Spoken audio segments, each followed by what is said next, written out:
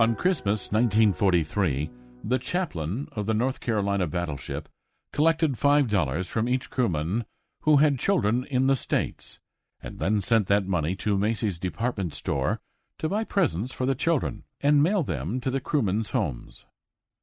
This practice was begun just a year earlier, when the North Carolina was halfway around the world. Its crewmen felt it especially difficult because it was the first away from home. With no opportunity to send Christmas presents back home to their families, a brilliant idea surfaced. Since the ship had been built in the New York Navy shipyard in Brooklyn, Macy's was sent a check and a list with names and addresses of the crewmen's families, and a list of presents for each.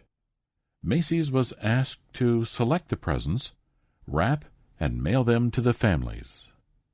In 1943, the chaplain was also involved in the staging of the Christmas show that the crew thoroughly enjoyed.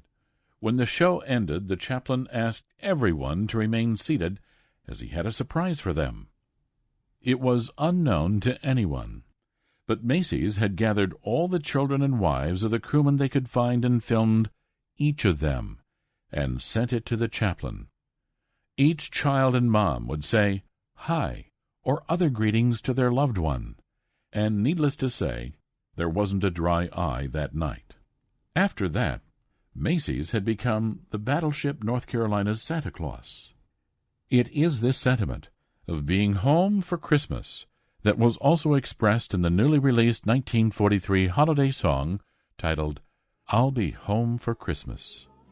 One of the most nostalgic of all World War II period songs and a cherished part of American Christmas classics, I'll Be Home for Christmas became an instant bestseller when the popular Bing Crosby recorded it, and it was the most requested song at Christmas USO shows in both Europe and the Pacific, greatly helping military morale.